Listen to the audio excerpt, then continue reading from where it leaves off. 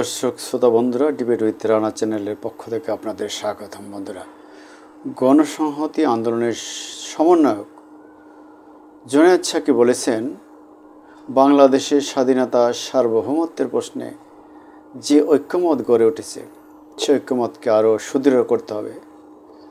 তিনি বলেন, আমরা মনে করি সরকার, রাজনৈতিক দল, শিক্ষার্থী, বিভিন্ন শ্রেণী পেশার মানুষসহ দেশের সকল মানুষ আজ ঐক্যবদ্ধ।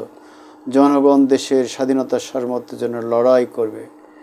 গণসংহতি আন্দোলনের সভাপতি গাজীপুরে আজ গণসংলাপে অনুষ্ঠানে বক্তৃতাকালে এ কথা বলেন। আমরা জানি জুনায়েদ সাকি স্বৈরাচারী শেখ হাসিনার বিরুদ্ধে যে আন্দোলন গড়ে উঠেছে তাতে সবসময় সরকারের বিরুদ্ধে, বিশেষত দেশের গণতন্ত্র পুনঃপ্রতিষ্ঠা, দুর্নীতির রোধ এবং গণমানুষের অধিকার প্রতিষ্ঠার জন্য লড়াই করেছেন মাঠে ময়দানে। ছোট একটি দল, কিন্তু তার ভয়েস অত্যন্ত হাই, উচ্চকণ্ঠে তিনি সবসময় সরকারের দুর্নীতি, লুটপাট, গণতন্ত্রের হত্যা ইত্যাদির বিরুদ্ধে কঠোর ভূমিকা পালন করেছেন, কঠোর বক্তব্য দিয়েছেন, অত্যন্ত গোছালো বক্তব্য দিয়েছেন। এবং আমি মনে করি ব্যক্তিগতভাবে এই সরকারের পতনে তার যথেষ্ট ভূমিকা রয়েছে এবং তিনি জোর ভূমিকা রেখে চলেছেন এখনও দেশ গঠনে, দেশের গণতন্ত্র পুনরুদ্ধারে এবং স্বৈরাচারের বিরুদ্ধে দেশের মানুষকে ঐক্যবদ্ধ রাখার চেষ্টা চালিয়ে যাচ্ছেন। তিনি আজ গাজীপুরে বক্তৃতাকালে আরও বলেছেন, দেশের বিচার বিভাগকে সম্পূর্ণ স্বাধীন করতে হবে, সরকার কর্তৃত্ব থেকে বিচার বিভাগকে আলাদা করতে হবে। বিচার বিভাগ উচ্চ আদালতের অধীনে একটি সচিবালয় দ্বারা চলবে। উচ্চ আদালতের বিচারক নিয়োগ সরকারের সঙ্গে থাকলে চলবে না, নিম্ন আদালতের নিয়োগ উচ্চ আদালত দেবে। আমাদের সরকারের জবাবদিহি আনতে হবে। প্রধানমন্ত্রীর কোনো জবাবদিহি এই সংবিধানে নেই।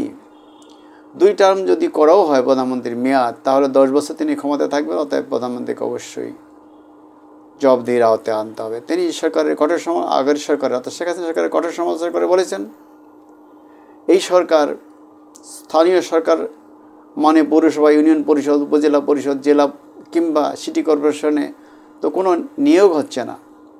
শেখ হাসিনা তো একটা নিয়োগ বানিয়ে ফেলেছিলেন, মার্কার নির্বাচন এনেছেন, তারপর মার্কার নির্বাচন দিয়ে একটা নিয়োগ বানিয়েছেন, পয়সা নিয়েছেন, নিয়োগ দিয়ে নৌকা মার্কা দিয়েছেন, আর নৌকা পেলেই জিতে যাবে, এই ছিল তাদের স্থানীয় সরকার।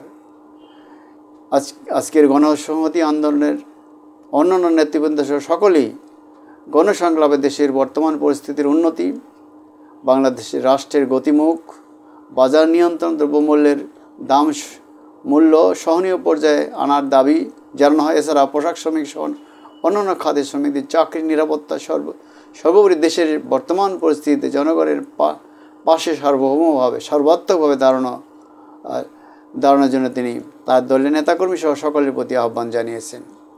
আমি যে কথা বলতে চাইছি, জুনায়েদ সাকি অত্যন্ত একজন ভালো বক্তা, তিনি গোছানো বক্তা এবং তিনি সরকারের বিরুদ্ধে যেভাবে ভূমিকা রেখেছেন, এখন সরকার পুনর্গঠনেও তিনি ভূমিকা রাখছেন আর কথা বলছেন এবং যৌক্তিক কথা বলছেন এবং তার এই ভূমিকা তিনি পালন করে যাবেন বলে আমরা বিশ্বাস করি। এবং তিনি সরকারের বিরুদ্ধে যে দলগুলি রয়েছে, অর্থাৎ অতীত স্বৈরাচারের বিরুদ্ধে, গণতন্ত্র পুনঃপ্রতিষ্ঠায়, দুর্নীতি বন্ধ, প্রতিষ্ঠান ধ্বংসের যে বিরুদ্ধে যে আন্দোলন ছিল, সেই আন্দোলনে তিনি আছেন এবং ভবিষ্যতে থাকবেন বলে আমরা মনে করি।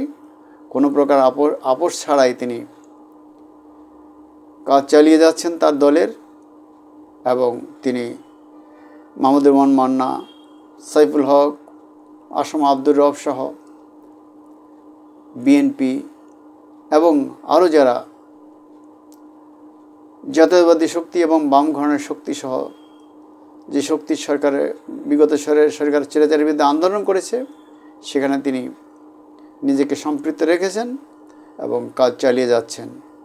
আমরা জুনায়েদ সাকির ছোট দলের এই বড় নেতার ভবিষ্যৎ কণ্ঠ আরও উচ্চ গণতন্ত্র পুনর্নির্মাণে, স্বৈরাচারের আবির্ভাব ঠেকাতে তার ভূমিকা আমরা প্রত্যাশা করব আগের মতোই। খোদা হাফেজ। বাংলাদেশ জিন্দাবাদ।